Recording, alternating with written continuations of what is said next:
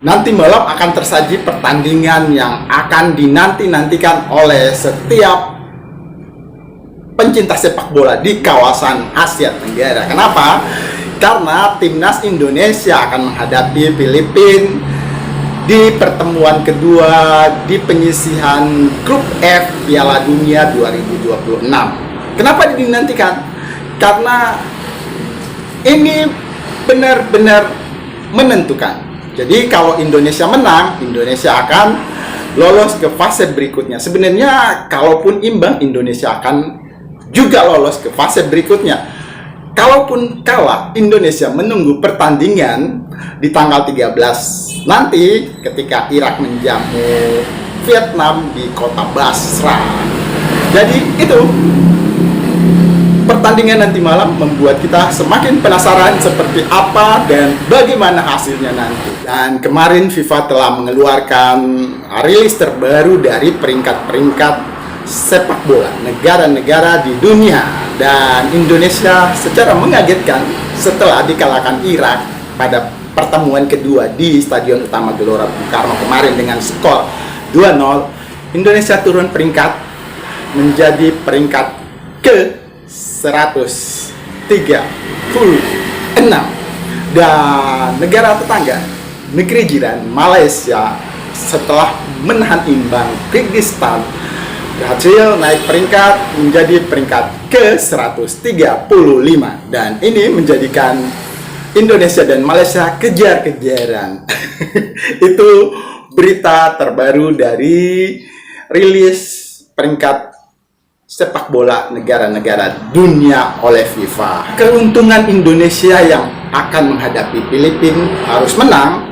Bila Indonesia menang melawan Filipina, berapapun skornya, Indonesia akan lolos ke putaran ketiga penyisihan Piala Dunia 2026, dan itu berarti Indonesia akan juga otomatis lolos di Piala Asia 2027, dan itu regulasi yang dikeluarkan oleh AFC. Nah, keuntungan lainnya bila Indonesia memenangkan pertandingan nanti malam, peringkat Indonesia akan bertambah 2 atau 3 anak tangga. Jadi bisa menyalip kedudukan atau posisi negeri jiran Malaysia lagi. Dan semoga saja pertandingan nanti malam, ya kita berharap Indonesia menang. Berikut ini kita akan melihat prediksi line up yang akan diturunkan oleh Sintayong setelah Bang Jai dipastikan akan tampil memperkuat timnas Garuda Indonesia. Ini dia, kita sadur kembali dari kanal Info Bola. Kita simak. Skuad asuhan Coach Sintayong akan segera melakoni laga terakhir mereka pada putaran kedua kualifikasi Piala Dunia 2026. Pada laga terakhir ini, Timnas Indonesia akan berhadapan dengan Timnas Filipina dan harus memaksimalkan pertandingan untuk bisa mendapatkan kemenangan. Sebelumnya, Timnas Indonesia berhasil ditekuk dengan skor 2-0 atas Timnas Irak yang membuat skuad Garuda belum bisa mengamankan tiket untuk melaju ke putaran ketiga.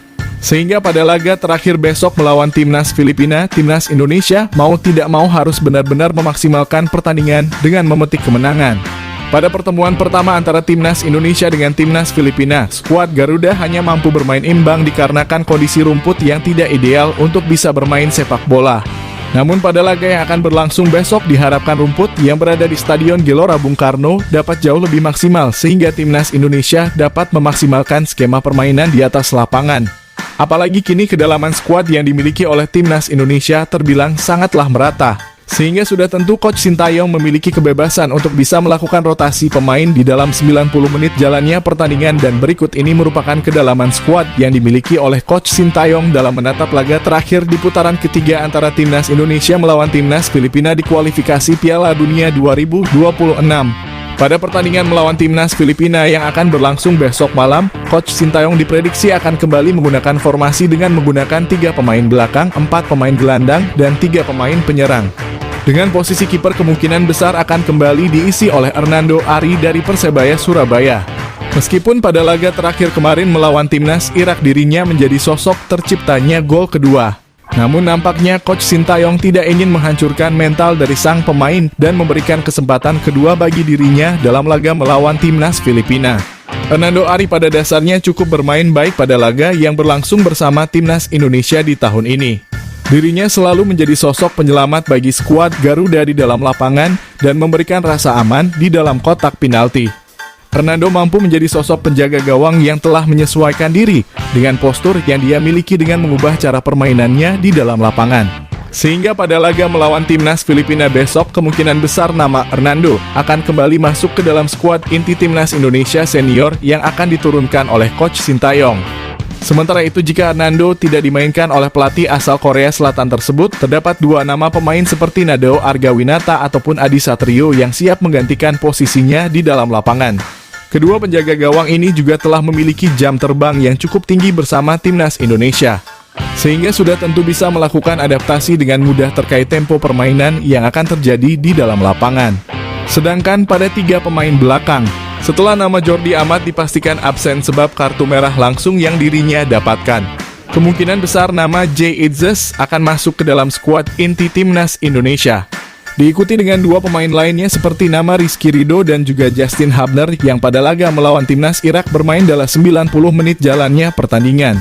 Dengan memasang nama tiga pemain di atas, diharapkan skuad Garuda dapat tampil konsisten dan juga memiliki ketenangan lebih saat menghadapi serangan dari tim lawan. Di sini peran dari Jay Itzes akan sangat berdampak bagi ketenangan yang akan berpengaruh pada dua pemain lainnya. Dengan pengalamannya yang baru saja membawa klub Venezia promosi ke kasta tertinggi Liga Italia, membuat dirinya menjadi sosok paling diandalkan pada sektor pertahanan timnas Indonesia. Dan pada babak kedua, jika Coach Sintayong ingin melakukan pergantian pemain untuk menstabilkan tempo permainan, nama Muhammad Ferrari dapat menjadi pemain muda yang bisa dimasukkan. Ketenangan yang dirinya miliki dan pengalamannya yang cukup pada Piala Asia U23 kemarin dapat menjadi modal berharga bagi dirinya untuk bisa tampil maksimal pada laga melawan timnas Filipina besok. Selanjutnya, pada posisi sayap pertahanan, Coach Sintayong akan memasang satu nama pemain yang sebelumnya tampil cukup baik dan satu nama pemain yang akan melakukan debutnya bersama timnas Indonesia. Nama Sandy Walsh dan juga Calvin Verdong berkemungkinan besar akan masuk ke dalam skuad inti timnas Indonesia pada laga melawan timnas Filipina besok malam. Sandy Walsh akan kembali memainkan perannya sebagai sosok pemain sayap pertahanan timnas Indonesia yang tangguh. Pada beberapa laga terakhirnya bersama timnas Indonesia, Sandy dapat bermain dengan sangat baik dan seringkali menciptakan peluang berbahaya yang didapatkan oleh timnas Indonesia. Sandy Walsh dapat menjalankan skema permainan dari sang pelatih dan seringkali melakukan pergerakan tanpa bola dengan sangat baik. Pada laga melawan timnas Irak, dirinya bahkan sempat berotasi menjadi seorang striker untuk bisa memaksimalkan pergerakannya di dalam lapangan. Sementara itu, Calvin Verdong akan menjalankan debut pertamanya bersama timnas Indonesia. Pemain yang baru saja menyelesaikan proses naturalisasinya akan bermain untuk skuad Garuda pada posisi sayap pertahanan. Posisi ini menjadi posisi utamanya di level klub dan diharapkan dirinya dapat memaksimalkan debut pertamanya bersama timnas Indonesia. Calvin memiliki kelebihan di dalam pemanfaatan situasi bola mati dan juga tendangan langsung yang mengarah ke gawang. Hadirnya sang pemain akan menjadi modal berharga bagi pertahanan dan juga penyerangan dari timnas Indonesia. Sedangkan untuk opsi pengganti dari kedua posisi ini, nama Pratama Arhan dan juga Asnawi Mangkualam tentunya akan menjadi opsi utama yang akan dimasukkan oleh Coach Sintayong. Dua pemain ini memiliki stamina yang sangat luar biasa sehingga dapat menjadi sosok pemain yang sangat baik untuk bisa masuk di dalam babak kedua sebagai penambah kekuatan dari timnas Indonesia saat berhadapan dengan timnas Filipina. Selanjutnya, pada posisi gelandang timnas Indonesia, nama Tom Hay dan juga Ivar Jenner akan menjadi dua jenderal lapangan tengah.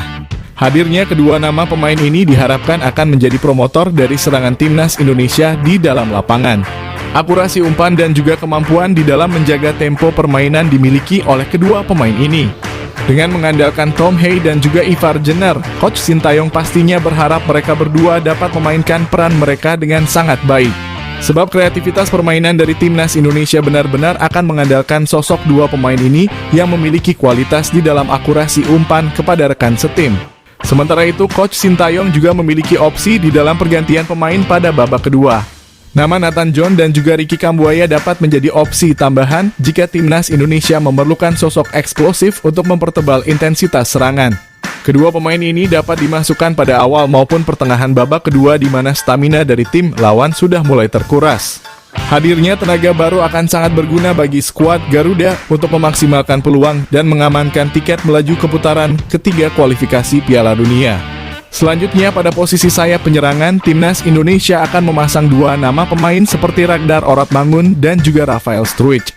Kemampuan dari dua pemain diaspora Timnas Indonesia, yang satu ini memang tidak mudah untuk bisa digantikan dengan pemain lain. Ragnar Oratmangun pun telah menunjukkan bahwa dirinya dapat menjadi sosok yang dapat diandalkan di dalam pertandingan. Pada laga melawan Timnas Irak kemarin, Ragnar dapat menjadi sosok penyerang yang paling stabil di dalam pertandingan. Dirinya memiliki kecepatan dan juga keseimbangan tubuh yang sangat baik. Hal ini sangatlah berguna jika sang pemain melakukan dribble untuk gerakan yang menusuk langsung ke arah kotak penalti. Selain itu, Rafael Struijk dengan kemampuannya dalam melakukan penguasaan bola sampai saat ini juga masih tidak dapat tergantikan. Dirinya menjadi sosok penyerang tangguh yang dapat melakukan tekanan kepada timnas lawan. Hal tersebut terbukti dari banyaknya pembangunan serangan yang dapat digagalkan oleh sang pemain. Sementara itu, untuk opsi pengganti dari dua pemain ini, Coach Sintayong dapat memasukkan dua nama pemain kompetisi lokal yang memiliki kecepatan, seperti dengan memasang nama Yakob Sayuri dan juga Egy Maulana Fikri.